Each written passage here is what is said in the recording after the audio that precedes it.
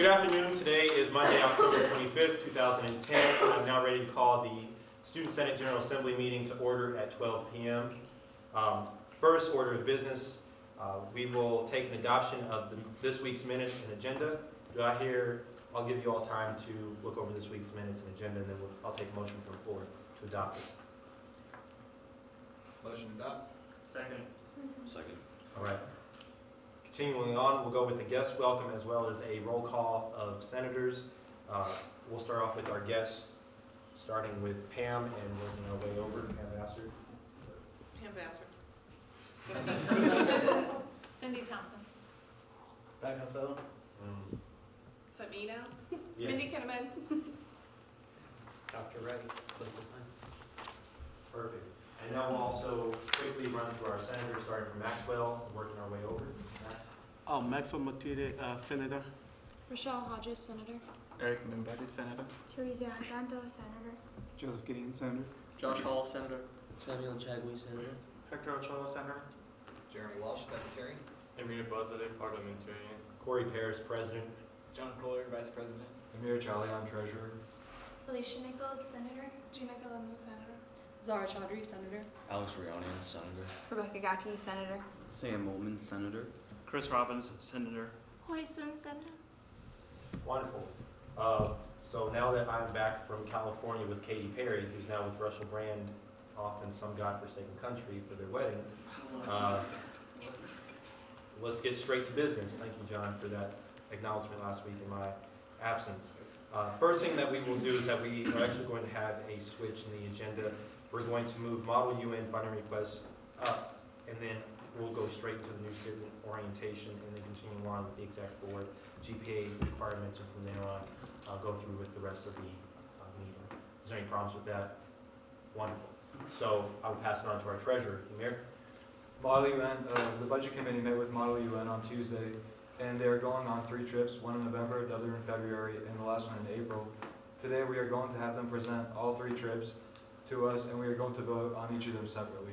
So if Dr. Wright, please stand up and present. Give us a small presentation. I'm sorry, I did not know that I was supposed to present, so I just anything to present.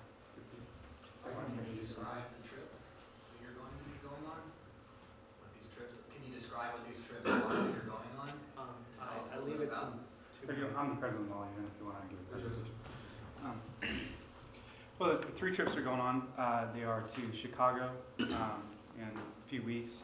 Then February is St. Louis, and then April is New York City. They're for Model United Nations. I don't know if everyone's familiar with Model United Nations. Essentially, as a group, we're given a country or countries to represent, and we research their perspective, write perspective papers on issues such as women's rights,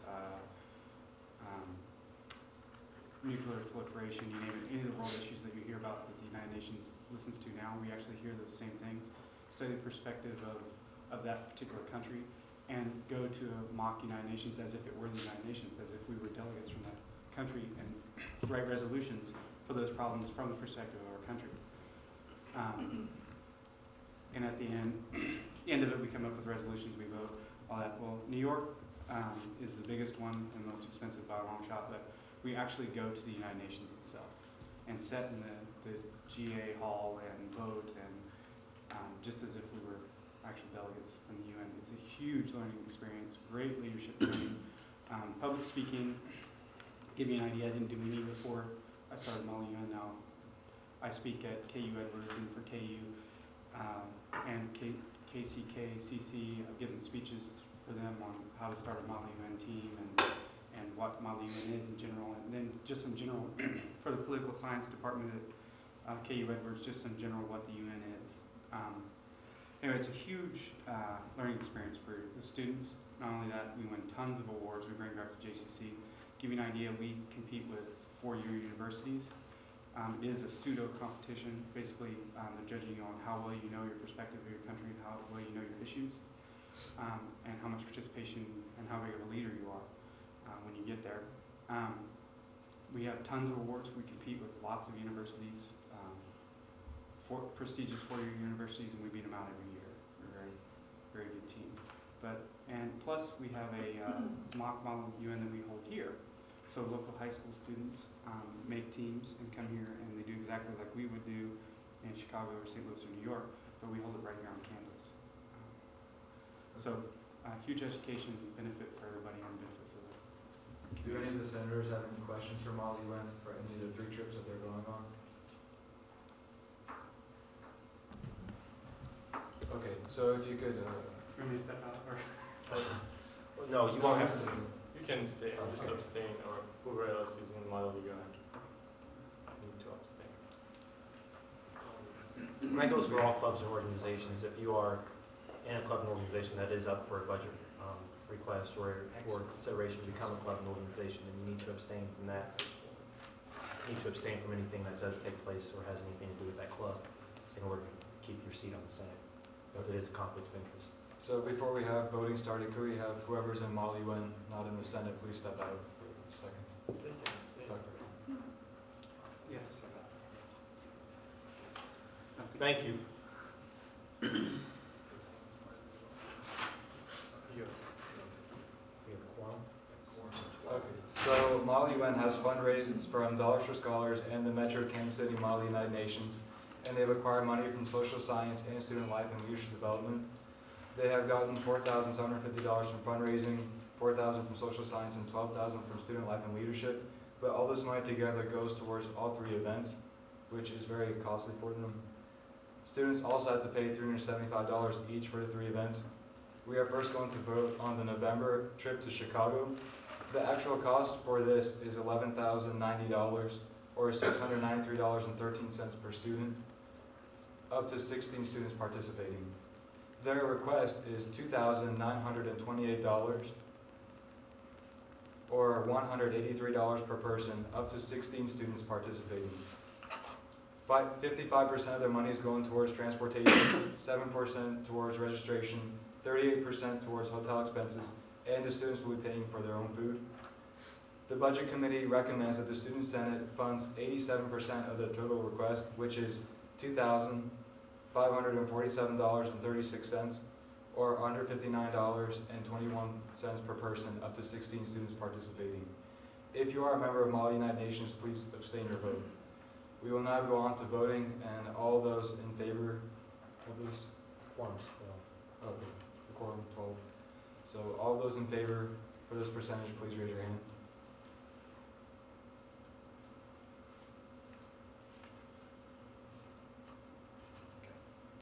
Any noes? And any abstentions? Okay, Passes. okay, it passes. Now we're going to go on to the February trip to St. Louis. The actual cost for this trip is $8,160, or $510 per person, up to 60 students participating. Their request is $2,720, or $170 per person, up to 16 students participating. 20% of their money will go towards transportation, 7% towards registration, and 73% towards hotel expenses. The Budget Committee, they will also be paying for their own food, again.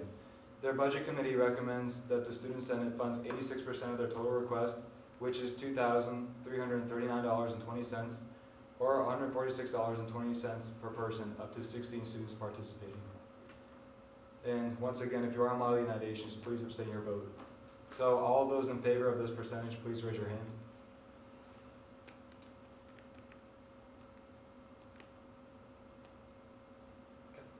Any noes? And any abstentions? Okay, it passes. Now we're going on to our last request from Model UN, their trip to New York.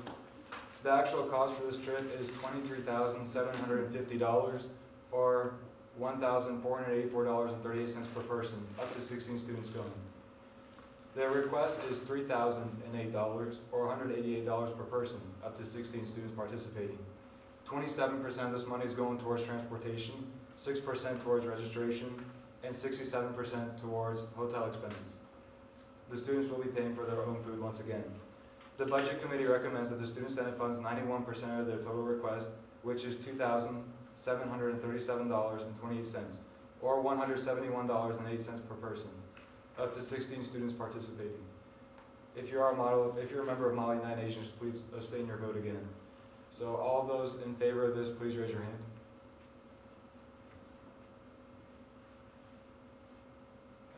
And any noes or abstentions? Passes. And it passes.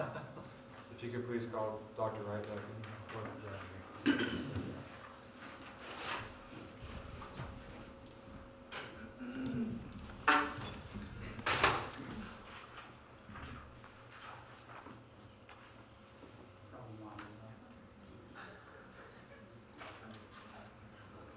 Well, I think he may have ran away. I hope not, because we have some money. As a parliamentarian, would be happy to take that 10%, believe me. Yeah, okay. Seeing how we have a tight schedule, I think we'll go on and continue forward. Oh, wait. Oh, that's the first. We give out money and they don't show up. That is the first that they run away from us. Let's revote. He gets to do that. I like Zara, she's funny. Okay, we'll continue on, but congratulations to the president, to all the other members of Model UN.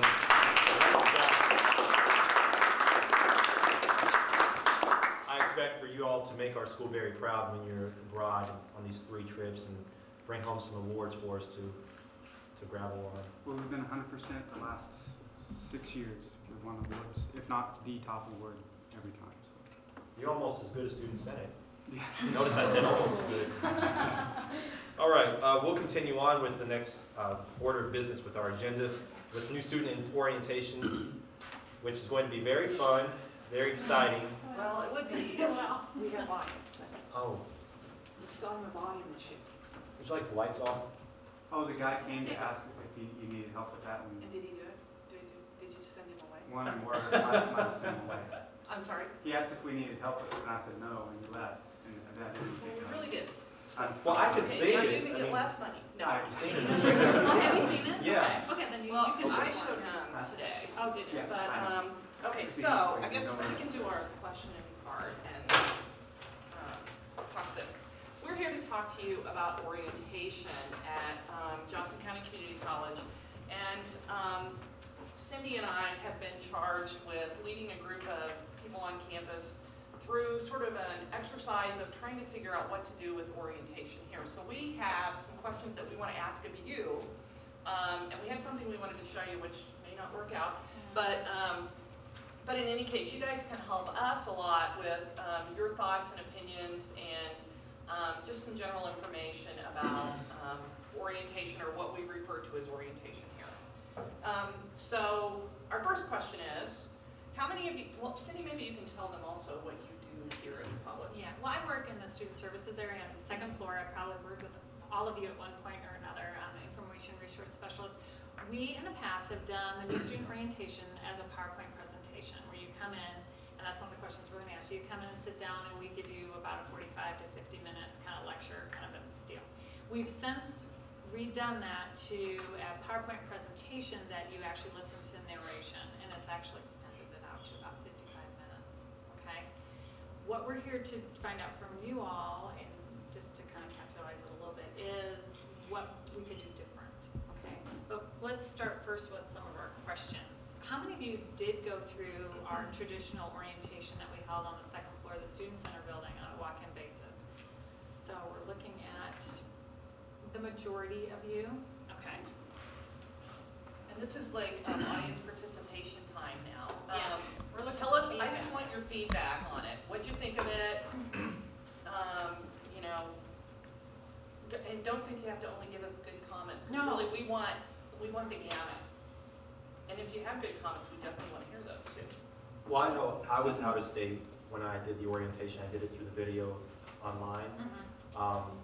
Because it was one of the requirements, and I really didn't, I'm not going to lie, I really didn't watch it. I just had it on, so I could just say that I had it on for the hour. Okay. But it really didn't grasp my attention, and it didn't tell me anything different that I already knew about the school. And that was just the PowerPoint with no narration at all, right? Because we just loaded the narration This was- up like Friday. This was the video that you would watch, and then like it would show you on a tour of the school and all that. Oh, that's probably a little bit, like an Okay. admissions piece. Yeah. Okay, okay, that's good then. Yes. Well, give and take on that. To be completely honest with you, I was from out of state. I drove up here. I had one day to get enrolled and get everything done. They told me I had to sit around and wait till 2 o'clock till the next meeting. And I'd tell you, it was a total pain.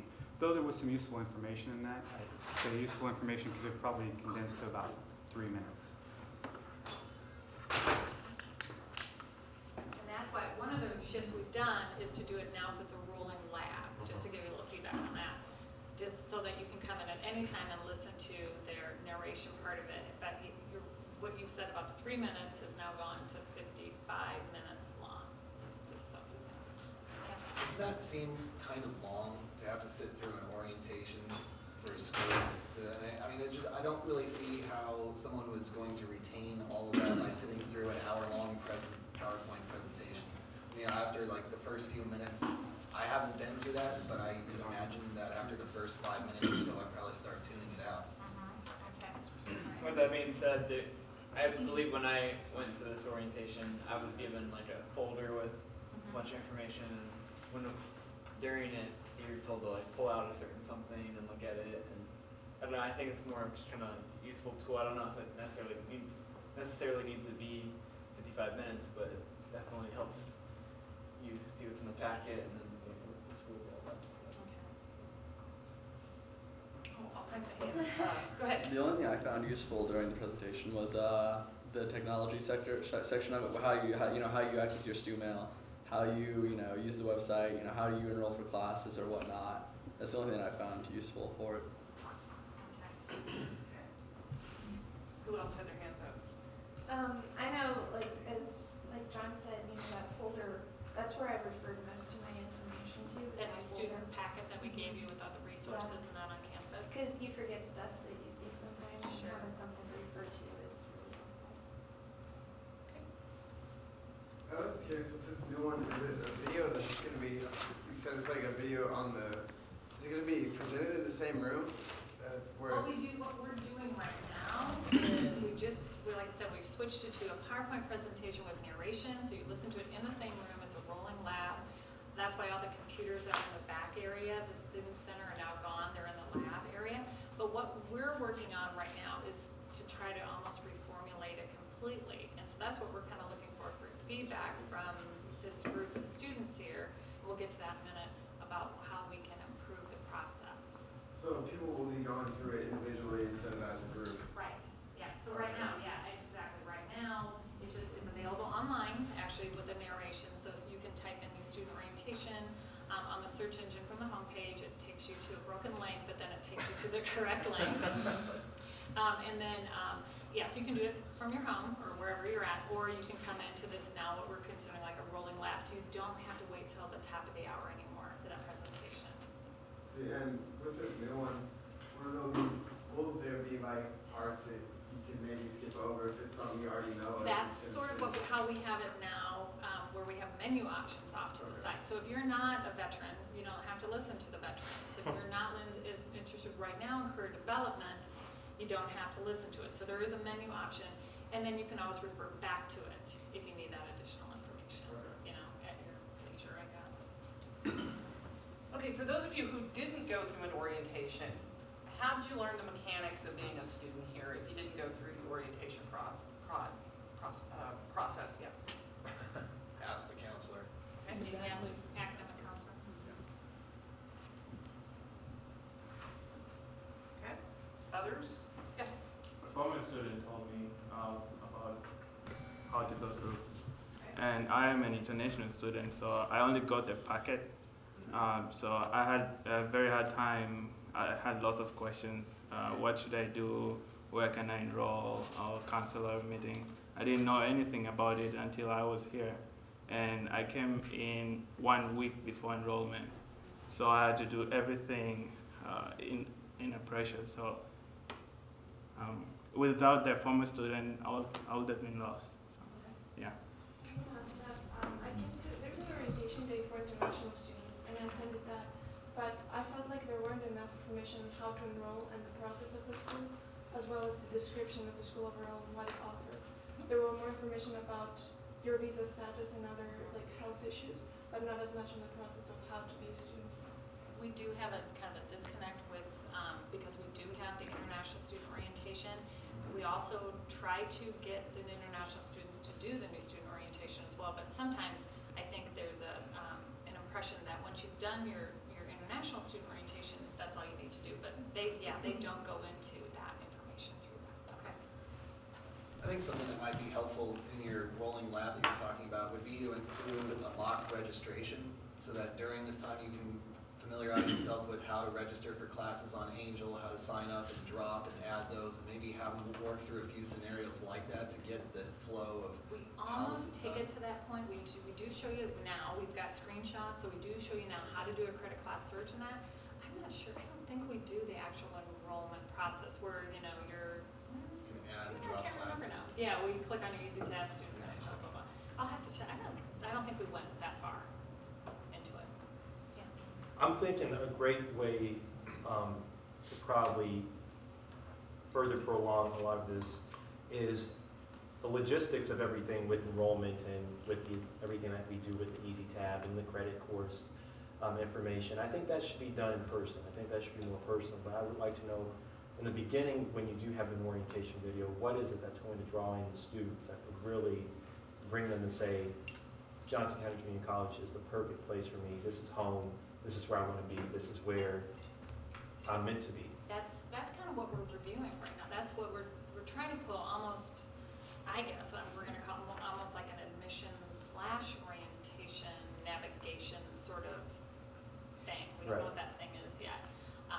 Right now, we make students do the new student orientation if you want to see a counselor. So that's the carrot that we hold out from. If you have your testing done, orientation done, application process, you can visit a counselor. So that's how we get the students in right now. But yeah, it needs to be something maybe a little bit more inviting that we're not forcing them to.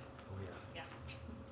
Okay, what is it that no one told you or that you didn't find out through an orientation that you wish you had known related to the school? And that could be any of the, you know, how to enroll, how to get your PIN number, that can be, yeah, go ahead. I didn't know about the free labs, you know, free computer lab access. I had no idea that there were labs open. I didn't know any of the locations. I'll tell you something that was a nightmare for me was the financial aid. They send you an email saying they're going to put $500 on your account, on your card to go buy books. So I show up here, I show up the day before classes start. I went to my classes, found out what books I actually need, which by the way, had I just bought the books online, 60% of my books would have been wrong. So I go to my class to find out what actual books I need, show up to buy my books, that's the same day that they take the money off of here. And no one told you that. So it was 3 weeks before I had books. Okay, so the books on the bookstore website were incorrect as far as the. And every semester since have been the same, almost identical percentage. Either they list optional books that actually aren't optional, or they list optional books that the professors never even heard of, or the book they changed this semester and they haven't updated. All three of those things have happened. Okay, other things that you wish you had known, wish you had found out through an orientation process, either in whatever delivery that you didn't find out. I would say club and organization. That's very important. Student Senate. Yeah. Yeah. I wish I'd known it earlier. I know for me, I know not everybody can read a map, but having like more detailed maps than just this is this building and this is this building. The classroom. Yeah, knowing like where bathrooms are. Very good point. Yeah, I mean That's important. I can read maps really well. Some people not, but you know, it helps you kind of figure out where things are. Like a more interactive map. Yeah. Oh, Flash. yeah, cool. Maybe something that lists this is rooms such and such through such and such, and you can figure out from there where your classroom's at or something. One of the things I thought that would have been more helpful for me personally would have been to have a clear explanation on the loopholes and caveats with the GI Bill. As far as, okay, you have to do these kind of classes or take this degree plan as opposed to that degree plan. You can't just take classes that you want to take. You have to follow their rules. No, I know, it kind of goes through like the certification process, but does she not, or you went through the orientation, did you go through at, like that Friday morning one with Kenna? Okay. I've since talked with Kenna quite a bit. since Right, then. okay, yeah. I know, I think now she, at one point she was trying to bring veteran groups in to do a special orientation. Now that maybe it's changed since we changed the lab on that, but okay. I think it depends on what she's saying about the buildings and stuff like that. It's next to impossible to find the floor plans, and I had to, over the summer I did videos showing people how to get around and stuff like that, but I remember I had to search through the website for ages just trying to find the actual floor plans, and it seemed to me all I could find were like the emergency ones. And like right now I need to do one on the COM 319 and COM 322 area, and I can't find that anywhere. So I think that should be easier to find. Anything else? Okay. I did want to stress a little bit more on like what Eric was talking about the clubs and organizations. That's really, Yeah. thank you for the chairman. I don't know, giving kind of a list of what we have and about CSI. Actual. I was gonna say when you stole from me. I just want to say, like, I didn't know about this website called Rate My Professor. You know, I've talked. That's something we're not gonna have. All right. Just Probably a good suggestion. idea. Yeah. What was that? Rate My Professor.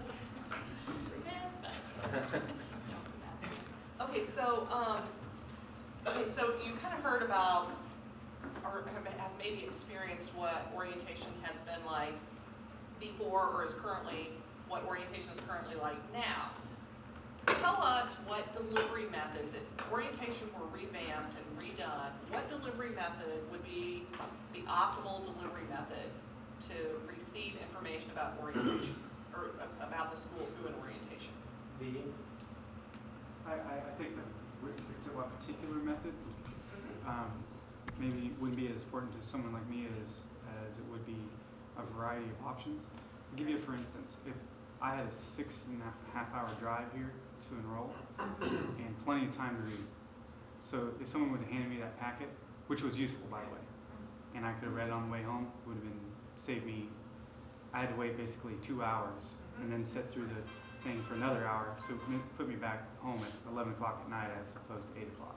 So having in writing or in person or online, I think depending on people's situations. Would be.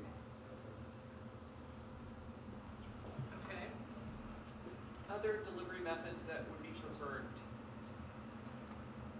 When people are in this like their own little like lab for whatever for watching the orientation, is there someone they can consult? Yeah, we have there's Okay. an attendant. Okay, and kind of like helps guide them along. Yeah, well, what we'll do, we'll help you get logged into your MyJCCC account, get your Google account activated, all that kind of stuff. Scheduling, that's what the advisors and other counselors. I think if we did more frequent tours of the school, once they do come and get enrolled and everything, once they show the interest in coming to the school, I think that'd be great, because if it's not, I could be wrong about this, which would not be a shock, but if it's, to my understanding, is it that they come, high school students get more tours more often than just students as a whole who are, maybe I'm not. Well, you can come in and have a tour of Right. campus, yes, definitely. Are you saying I think if midway that's- through the semester you do another tour, or more options for tours? More options for tours, kind of like, I know KU has it, I think they have KU Jayhawk days every, Oh, I see what you're saying. like every 2 hours or something like that. Like, I think if we made it more frequent. They used to do it like at 9:30, 12:30, and 3:30. Yeah. But I don't know, I honestly don't know if they've gone back to that schedule lately. And they've been really busy with like senior Right. days and junior days and that kind of lately. Because I think if we incorporated that, that would probably alleviate a lot of the stresses that have been talked about the floor plans and clubs and organizations and anything with bathrooms. I think that would probably be really important too to start incorporating. Something to build on that. I work with the gal that goes to school here, and she's complaining about the fact that when they did the tour, it was just kind of a really general, this is, this building, and then they'd move on, instead of, being a little more specific. And she didn't know where half of the stuff was that she needed to know, like, as far as her classes pertain. I know they do, I think it's by request, they do a classroom tour. but I don't know if they advertise that, or if it's just something that you just luck upon. Yeah, really because don't I know. actually took her through all of the little, stairways and everything that she had no idea existed. And, just little things that I found exploring. Backwards. Yeah. Other things, do you feel like that you, for those of you who've gone through an orientation, do you feel like you learn things in orientation that maybe that's fine to know, except I really don't need to know that right now? No? About the parking garage, I guess. What'd you say? Parking garage, but again, I think I watched the wrong orientation. That's what was told for me to watch. They told me in order, Yeah. I had to complete it, either come in for the orientation or watch the video of the orientation. That was the orientation that they gave me. Yeah, and your option probably back then, if it would have been on the correct one, was just a PowerPoint. Right. You would have had to read the screen, so maybe you did happen upon a different video that they had. The information that I think was most useful for me, how to enroll in classes, because it is very convoluted. They don't have a very streamlined system. You have to search for it on one screen, then close that and bring it up and type in the CRM. Someone, like exactly what Jeremy said, somebody walking you through exactly how to do that. The other thing that was useful, to explaining that this isn't just one big building, exactly what he was talking about, the layout, and this is OCB, and maybe explain what OCB and GEB, why they're named that, maybe they'll make more sense. And then the email account, setting up the email account and that kind of stuff. To be honest with you, the rest of it, I kind of learned when I got here and I could have. Well, Cindy and I both had experiences with our own kids that we have taken to go to an orientation at the school that they had chosen, which isn't here. But in a couple of cases, I know some of the information that was given to my daughter in June is really nothing that she needed until she actually got there. And so what she really needed was that ability to access information. You need to be able to navigate the information that's out there, probably more than you need the information at that moment in time. And so I was curious as to if you feel like some of the information you received, while it's important information, maybe you didn't need it at that moment in time. You more needed to know how to access information when you do need it. Does that make sense? It makes perfect Maybe sense. if you had a searchable map, have all the room numbers, Okay. you can type in. Two more. Really quick, we're gonna take two more people because we're running short on time, I'm sorry. So Pat, you can hold it till the end. Thank you. Joseph, I'm sorry to interrupt you, continue. And then Eric, Joseph first, and then continue. Well, okay, if you type in like GEB 230, and something would show you where that is on the map. Something like that. I went in a school tour last week with new students. Yeah, I think they've changed the way they give the tour right now. First of all, you have to say what major you're taking, and then they'll, if you're taking computer science, then they'll take you to the building where your classes will be. And I think that's very helpful because I didn't get to know where my classes will be until I got into classes. So with that update, it gives you the information where your classes will be, but other information like buildings or where to go, really, you don't get that during the tour. So, yeah. I want to thank all of you guys for your time today and letting us come and talk to you. We did have something we wanted to show you, but sound is still an issue. So we may come back at another time if we can borrow a little more of your time at some point. But I think the other thing we would really like to do is continue this kind of a conversation with some of you that might be interested in talking with us more about it, and we can do that separately from Student Senate meeting time and maybe have a more expanded conversation about that. So if any of you would be willing to sort of serve on a committee to just give us input on some of these kinds of issues, I would really, really appreciate that. And we'll try and work with your schedules to get us all together, kind of almost doing like focus group kinds of conversations about these kinds of things. So maybe if anybody's interested in doing that, maybe we could start like a sign-up sheet and then you guys could get it to me after. We can have Jeremy take up the sign-up sheet for that, And then pass it along with if you could include a way to get in contact with you, email or phone, whichever is easiest, and then maybe Cindy and I could sit down with you at another time and get some more information. Because it's really helpful for us. We can think of what we think students need, but what we really want is you to tell us what you need, okay? We want to thank you both for coming. Thank you We all. appreciate it. Thanks If so you much. like, I was going to say, if you like, you can email the link to us and we can I send thought it out about to the that. rest of the Yeah, senators. so we'll do something, but Okay. again, I apologize. I think audiovisual was here, so it's not their fault at all, so. Sorry. No, that's okay, that's okay. Thank Thank you. you. Great. Thank you. Okay, we have about 15 more minutes. I didn't know what that was. We have about 15 more minutes left of the meeting, so we're going to have to go through this quite quickly. So we'll continue on with exec board GPA requirements, which I'm sure we can keep under 8. Yes, thank you. Ms. Parliamentarian? Based on current student senate constitution, the minimum required GPA for executive board member is 2.0, which is pretty standard for a leadership position. And we've discussed this during rules and conduct to change this to 3.0. And we also want to get Senate input and see what you guys think about that, if it's too high or it's too low, or just you guys' opinion about this change. Anyone has any comments? I think it's Okay, we'll go 1, 2, 3, 4, 5. All right. No, wait, I lied. We're going 1, 2, 3, 4, 5. Ladies first. Alicia? Well, I was just gonna say, I think that having a higher GPA shows that you are,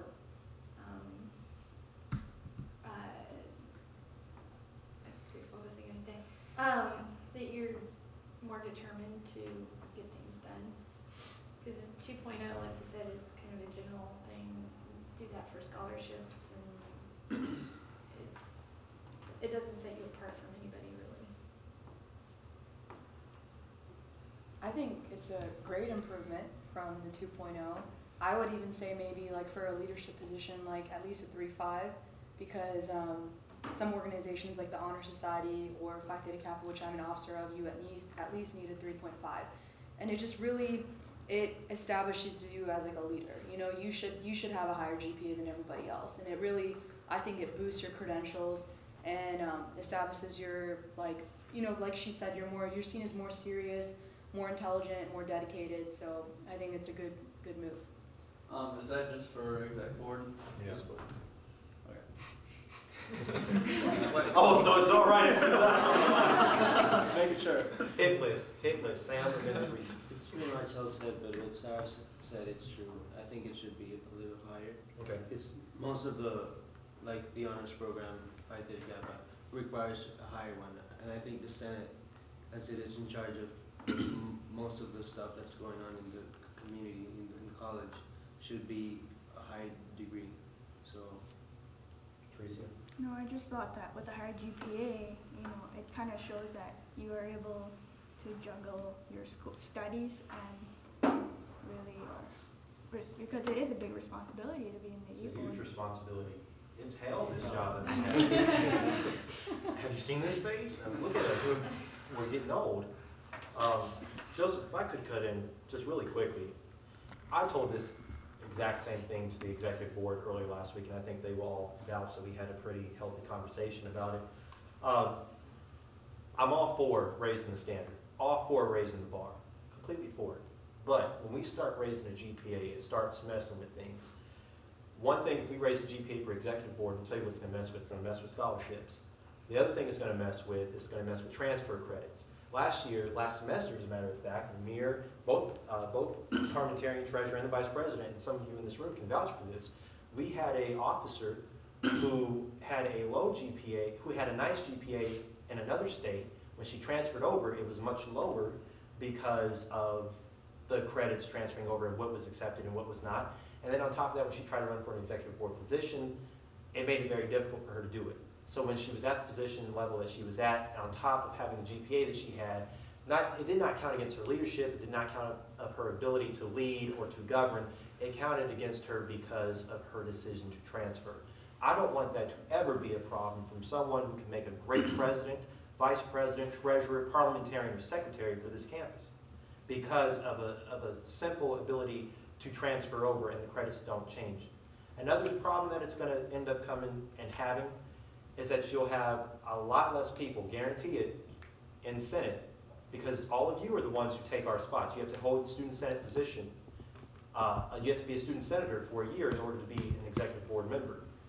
That would probably hinder a lot of you. I think it would probably be, I'm not talking about you all directly, but just hypothetically, probably give you 3 or 4 people who could run, which means we still have offices vacated.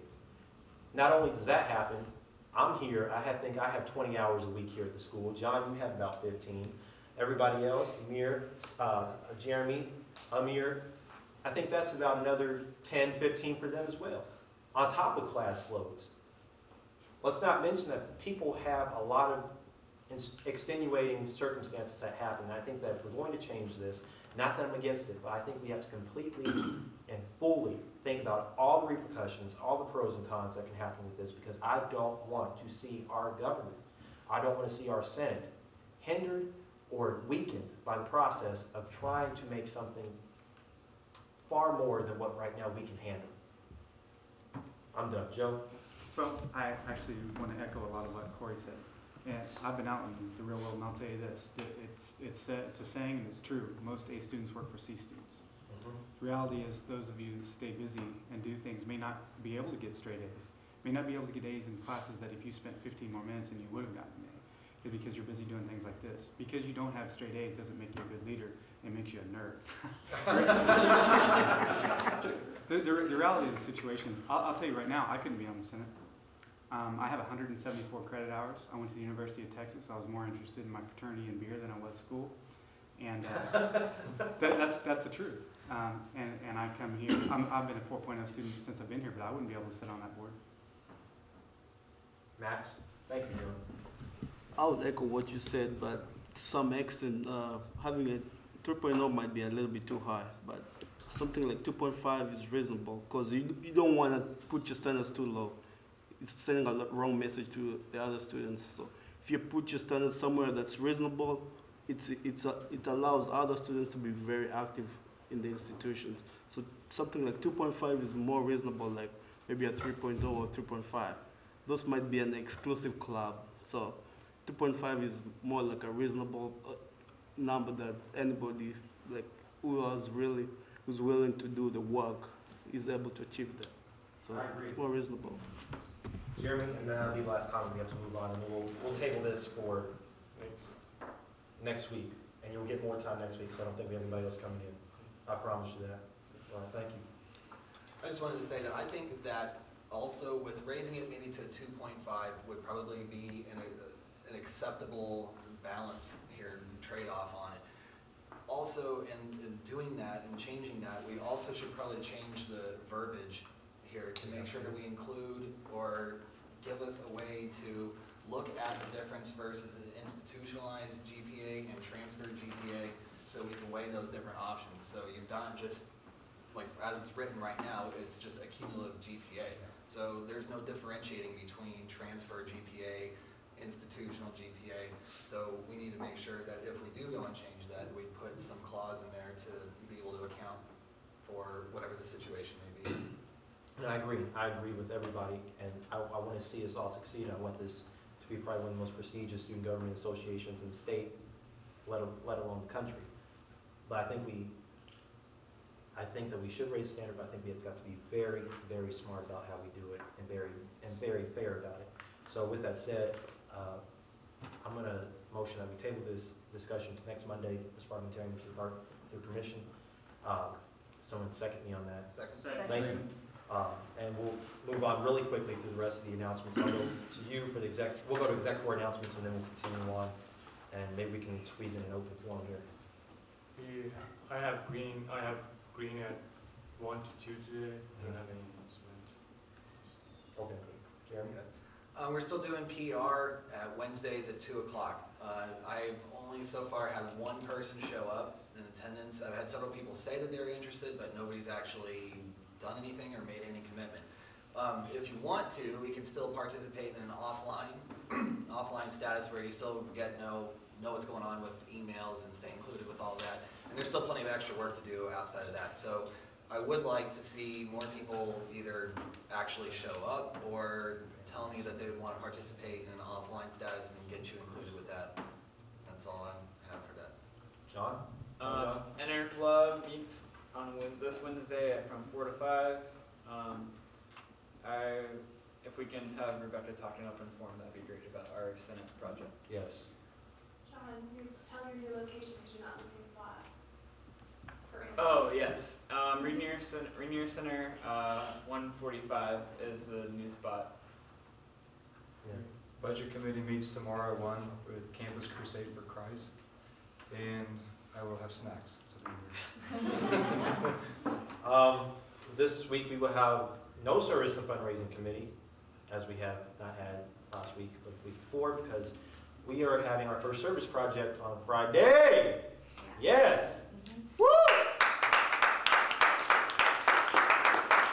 We're very excited about that. We'll pass it on to Rebecca right after I make these few quick announcements really quick. First thing, get out the vote work is coming up. Since we are going into elections, it is important for you as members of the Student Senate to go out and also serve your community and serve candidates no matter who they are, what party affiliation they come from, but just to get people out to vote.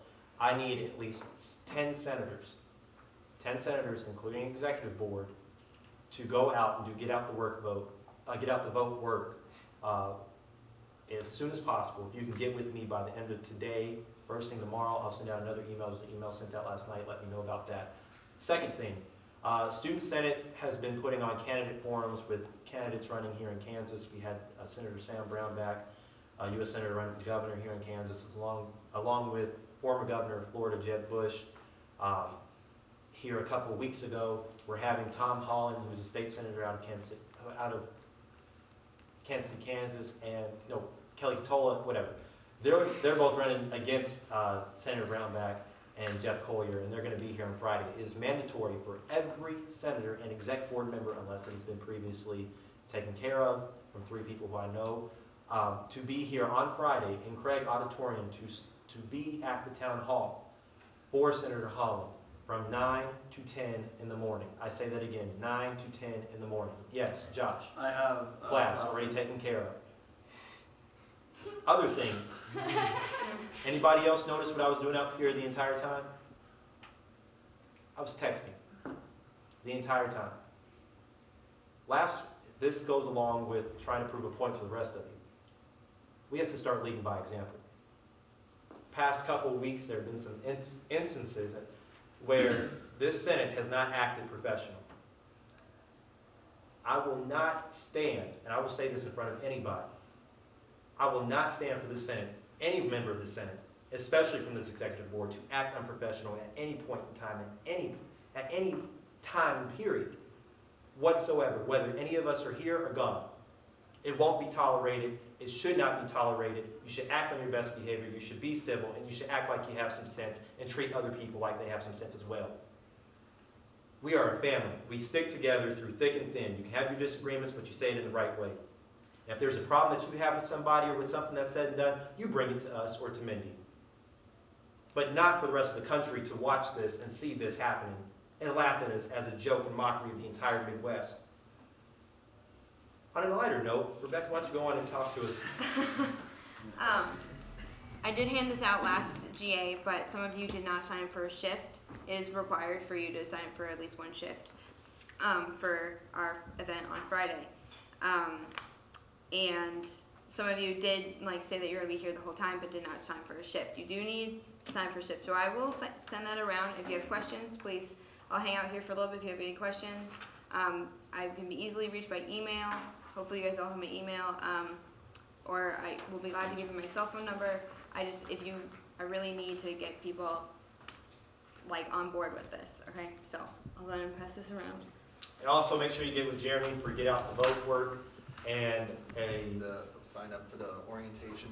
with Pam, and then next Monday we'll continue our Constitution talk. All right? Can I take, sorry, Mindy, go on. Well, you haven't announced it, so just a reminder, early registration is today through Wednesday. Each of you can stop by the second floor registration desk. Please do that. I'll now entertain, are there any other questions, concerns, really quickly? Yes. If anybody's interested in helping me with publicizing our Christmas event that we're doing, please come see me. I think that'd be great. And I also think Teresa needs help publicizing for November, which will start next week, and publicize that to the secretary, who is a publicizer. I'll now entertain. Everybody cool? I got mad. It's all said and done. Let's wipe this and start. Let's act like leaders. Lead by example. Got it? Good? Good. Can I hear some people? Are we good? Good. Are we good? Yes. All right, I'll entertain a motion and adjourn the meeting. Motion adjourned. Second. Have a great day, everybody.